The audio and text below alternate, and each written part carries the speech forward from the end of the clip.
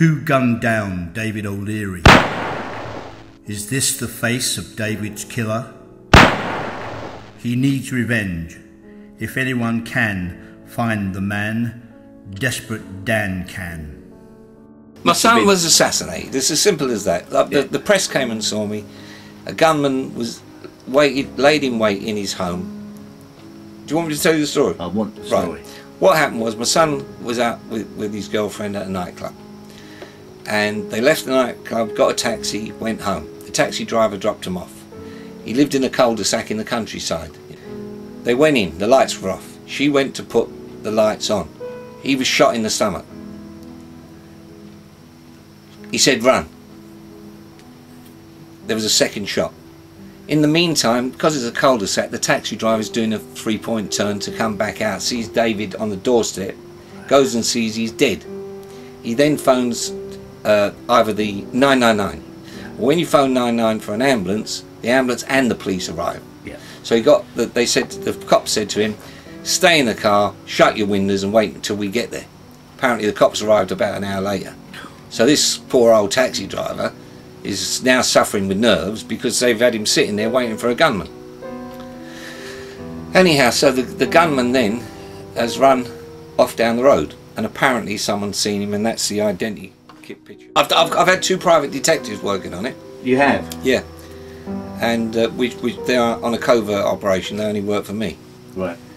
So I just get the information, and there's nothing to pass on as it happened. No. There is no news, so I can't pass it on. But would you to the police if you got it? The answer to that is, if it was 1,000,000% no. If I knew who the killer was, no, I wouldn't pass it on to the police. I know what I've got to do, don't I? It's as simple as that. But we're not talking 100%, 1,000,000%. It has to be 1,000,000%, because otherwise, if in like in the Dando case they'd caught him, I'd have killed him, and I'd have killed the wrong person, wouldn't I? I want someone to show me how I can forgive when a man's waited in the hallway in the dark and shot their son or their daughter in the stomach and put one in their neck. So this is something that people would call a contract killing? Well, that's what I don't know. That's what I'm guessing. Yeah. That, or it's just a crackhead they haven't caught. Right. A burglar is what you're saying? No, definitely not a burglar. No, it wasn't a burglar. Yeah. But when I speak to the police, I said if I knew it was 1,000,000%, I'd go and put one in his head, phone you after I'd phoned the Daily Mail to sell my story, because I ain't going anywhere. And he goes, well, you know, that's how I speak. I mean, that's how it is. It doesn't say in the leaflet I want justice, does it? I don't want justice, I want revenge. That's what I want. Yeah. I'd like to know who and why. Why would I want to kill? Why would anyone want to kill someone? What would you have done to want someone to kill you? So, yeah. Some silly old geezer you shouldn't be about.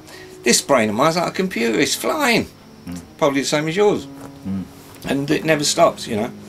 So until the killer's caught or I'm killed, I just got to carry on. The police have said that my son's a drug dealer. They laid that label on him too? No, they told me that this morning on the phone. He said, your son was a drug dealer. I said, well, hang on a minute. What proof have you got? He said, we got statements.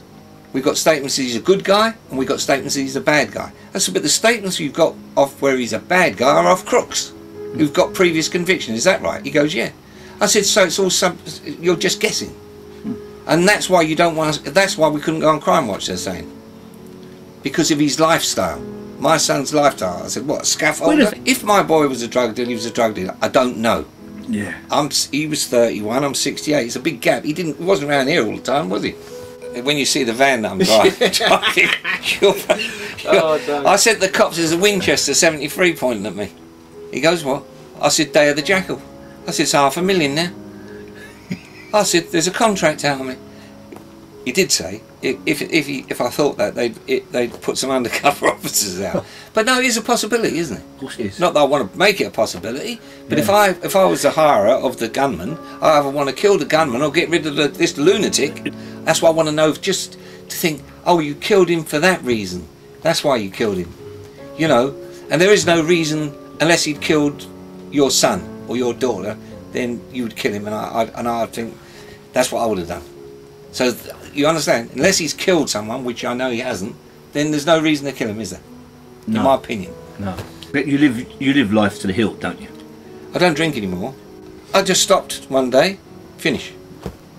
What prompted that? My wife died, that was it. Right. So my wife died, there's no one to save me from drinking, was there? I wouldn't change anything, really. Oh, sorry. After probably cut down on my drinking from my first wife, that she always wanted me to stop drinking, which I never did. I was an alcoholic, hellraiser, up to the age of 59 when she died. If you asked me a thing that I would have done, I would have tried harder to stop the drinking for her, but nothing else.